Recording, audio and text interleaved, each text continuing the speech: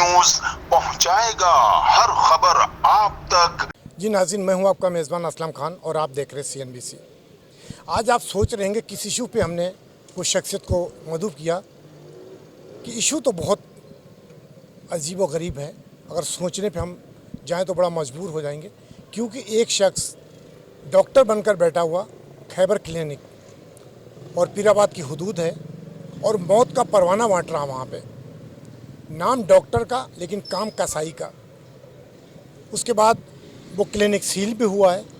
Seal होने के बाद वो दोबारा खुल गया, सील लगी हुई है एक तरफ, और एक तरफ उसके अंदर मौत बांटी जा रही, जिसका हिस्सा तमाम लोग हैं उसका हिस्सा बने। तो आज मैंने एक ऐसी शख्सियत को मदऊ किया है इसके हवाले में, जिनका ताल्लुक़ सहाफ़ती बिरादरी से भी है, डॉक्टर भी हैं, दानिश्वर भी हैं। इनका नाम है डॉक्टर शुजा शगीर, जो कि बड़ा मकबूल हैं अपने पेशे में। तो आज मैं पूछता हूं कि डॉक्टर साहब क्या कहेंगे इस हवाले से कि जहां कोई डॉक्टर के पास MBBS की डिग्री भी ना हो और वो इंसान अपनी क्लिनिक खोल के क्या बैठ सकता है। उसके बावजूद मैंने जिस तरीके से इंट्रो में कहा कि वो सील भी हुआ, उसके बाद भी वो डॉक्टर वहाँ बैठा हुआ, आखिर उस पर किसकी सरपरस्ती है और वो क्या कर रहा है। अस्सलाम वालेकुम डॉक्टर साहब। वालेकुम अस्सलाम असलम साहब। डॉक्टर साहब, मैं 2 मिनट आप ये ज़रा देख लीजिएगा कि क्या स्टोरी है जो अभी विंडो पे चल रही है हमारे, कि किस तरीके से खुला हुआ है। मैंने अपना रिपोर्टर लड़की को भेजा वहाँ पे, और जब वहाँ पे वो अंदर गई है, जाने के बाद वो डॉक्टर वहाँ से पसीने में भीग गया आया, उसको कहीं न कहीं से पता चल चुका होगा। तो पहले स्टोरी देखिएगा 1 मिनट, उसके बाद फिर बात कीजिएगा।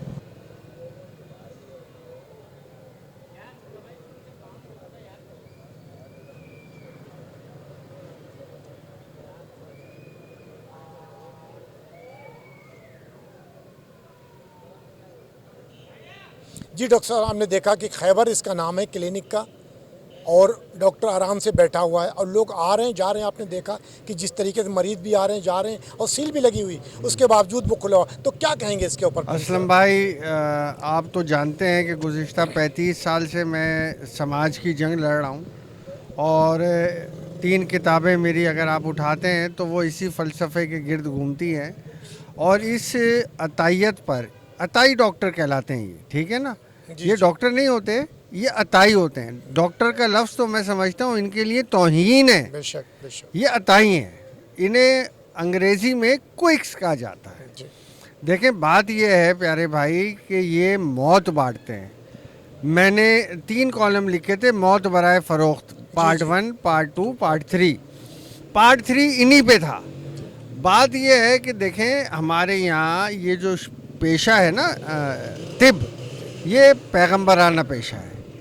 मरीज़ उम्मीद लेके आता है, बीमार होता है, परेशान होता है कि यार मुझे यहाँ से शिफा मिलेगा, अल्लाह इस डॉक्टर के हाथ में इसने मेरे लिए शिफा दी है। क्योंकि डॉक्टर एक मसीहा होता है, अल्लाह ताला के बाद मसीहा होता है, उस पर उम्मीद रखते हैं लोग। जी प्लीज़। देखिए, मैं यही असलम भाई आपसे कह रहा था, खाली ये तो एक क्विक्स है। अगर मैं बड़े अस्पतालों की तरफ चला जाऊँ और बड़े MBBS FRCS नामों की तरफ चला जाऊं तो बहुत सारी पोलें खुल जाएंगी।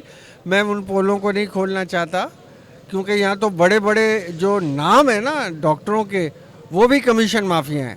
खैर, उन पे किसी और वक्त बात करेंगे आपके चैनल पे, उनको भी खोलेंगे, क्योंकि वो भी बेसिकली इंसानियत के कातिल हैं। जी, अभी तो सिर्फ इशू हमारा है खैबर क्लिनिक। देखिए, ये जो खैबर क्लिनिक है ना, जो कस्बा ये कस्बा कॉलोनी आपका हो गया, औरंगी टाउन हो गया, न्यू कराची हो गया, लांडी, कोरंगी, मलीर हो गया, और ये जितनी कच्ची आबादियाँ और ये गोट, जितने गोट हैं, आप यहाँ का मेरे कहने पे सर्वे कर लें। यहाँ दांतों के डॉक्टर जाली मिलेंगे, या MBBS डॉक्टर जाली मिलेंगे, या होम्योपैथिक डॉक्टर जाली मिलेंगे, या हकीम जाली मिलेंगे। यहाँ आपको कोई भी 2 नंबर आदमी नहीं मिलेगा। अब देखें, जहाँ तक कानून की बात है, आपने एक बड़ी अजीब व गरीब बात की कि ये सील हुआ। सील लगी हुई सर, सील लगी हुई, उसके बाद देखिए, इसको सील करने का जो इख्तियार है ना, वो सिंध हेल्थ केयर कमीशन को है। उन्होंने की है sir. Sindh health care commission क्या करता है कि सील करता है, सील करने के बाद जुर्माना लगाता है। जी। अब आपको बताऊं जुर्माना कितना है, आपको हैरत होगी, 25,000 रुपये। बताइए। अब 25,000 रुपये जो जुर्माना है, वो डॉक्टर अदा करता है, उसके बाद अंदर लाइन सेट करता है बड़ी माजरत के साथ। मुझे ऐसा लगता है कि मैं तो हमेशा कहता हूँ और डंके की चोट पे कहता हूँ कि शायद हम जो मुकामी लोग हैं ना कराची के, इतनी खूबसूरती से हमें गैर मुकामी बना दिया है इस गवर्नमेंट ने कि मैं आपको क्या बताऊँ। आप इदारा देखें सिंध हेल्थ केयर कमीशन, आप मेरे कहने पे वहाँ चले जाएं, आपको ऐसा लगेगा कि आप सिंध के किसी आबाई गांव में आए हुए हैं। वहाँ आपको एक उर्दू बोलने वाला नहीं मिलेगा। ऐसे ही है सर, ऐसे ही है। सारे के सारे हमारे सिंधी भाई मिलेंगे जिन पर रिश्वत जो है वो ऐसा लगता है कि जायज़ करार देती है। देखिए डॉक्टर साहब, आपने एक अल्फाज इस्तेमाल किया, हो सकता है लोग उसको बुरा समझे, सिंधी, चाहे वो सिंधी हो, महाजिर हो, पंजाबी हो, लेकिन उसके अंदर इतनी काबिलियत होना चाहिए कि हम जिस सीट पे बैठे उसके अहल होना चाहिए। मेरा मकसद ये है। बिल्कुल आप सही कह रहे हैं। मैं देखें इस वक्त तो अगर आप अहलियत की बात करेंगे तो बड़ी लंबी बहस चली जाएगी, क्योंकि यहाँ तो 19 ग्रेड, 18 ग्रेड, 17 ग्रेड पे जिस तरह नाअहल ला के बिठाए गए हैं वो किसी मीडिया से पोशीदा नहीं है यार। कोई हिम्मत पकड़ता है, कोई नहीं पकड़ता। तो बात यह है कि वो सारे सिफारशी हैं वहाँ, अहलियत उनके अंदर 2-4 ऐसे हैं जिनमें अहलियत है।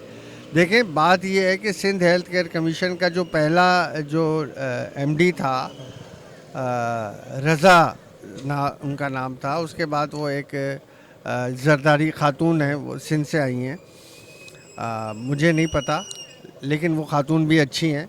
इन्होंने क्या किया था, बाकायदा ट्रेनिंग प्रोग्राम किए थे, ठीक है, अवेयरनेस प्रोग्राम किए, मुझे बहुत अच्छा लगा, मैंने अटेंड किए। इन्होंने होम्योपैथिक, हकीम, एलोपैथिक सबको बुला के बाकायदा अवेयर किया। अब मैं आपको बताऊं, ये जो खैबर क्लिनिक है ना, यहाँ यकीनन ये छोटे मोटे ऑपरेशन भी कर रहा होगा भाई, बहुत चल रहा है डॉक्टर साहब, जो इसको अलाउ नहीं है। देखिए सिंध हेल्थ केयर कमीशन के रूल के मुताबिक ना तो वो इंजेक्शन लगा सकता है, ना वो ड्रिप लगा सकता है, ना खतरे कर सकता है, ठीक है ना। और मुझे ये लगता है कि यहाँ वाकई में आपने जैसा कहा, आपके रिपोर्टर ने कहा, इसमें सदाकत मुझे नज़र आती है।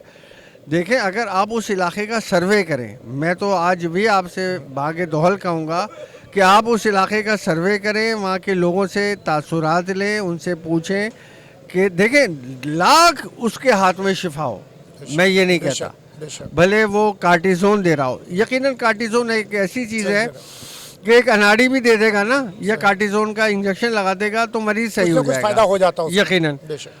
तो लोग तो उसे मसीहा समझेंगे, लेकिन वो मसीहा नहीं है, वो एक्चुअली इंसानियत का कातिल है। और हमारे यहाँ सज़ाएं ना होने की वजह से आप यकीन करें कि पहले एक केस हुआ न्यू कराची में, एक मैटरनिटी होम था, वहाँ एक औरत आती है, डॉक्टर नहीं कहती है ये मेरे बस का नहीं है, ठीक है, वो डॉक्टर कॉम्पिटेंट थी, वो कह रही है मेरे बस का नहीं है, हालांकि वो भी क्विक्स थी, लेकिन वो कह रही है मेरे बस का नहीं है। लेकिन उसे ले गए ज़बरदस्ती का, डॉक्टर साहब आप इलाज करें, वो औरत एक्सपायर हो गई। उसके बाद उस क्लिनिक पे उन्होंने आग लगाई। मैं उस इशू पे भी गया था जो सरासर नाजायज़ था। मुझे ये लगता है कि इसका अभी हशर वही होगा।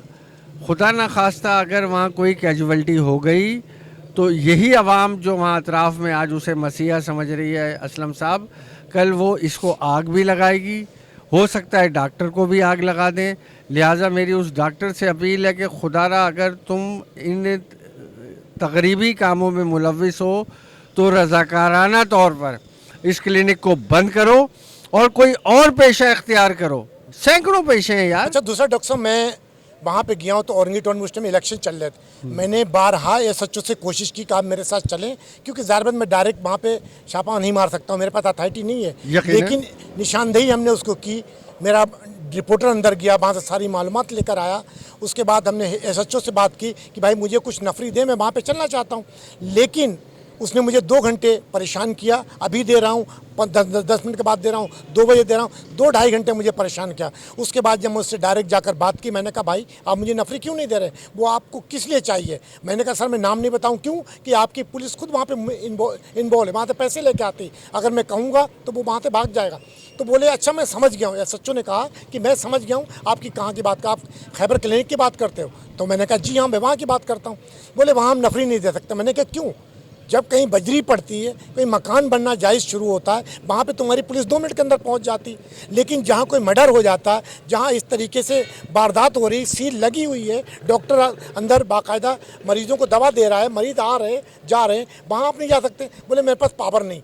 तो इस पे क्या समझते हैं? पावर नहीं तो क्या, कुछ ना कुछ तो दाल में काला है, कुछ ना कुछ दाल में काला है। असलम भाई, ये दाल में काला तो गुज़िश्ता 70 सालों से दुनिया को नज़र आ रहा है।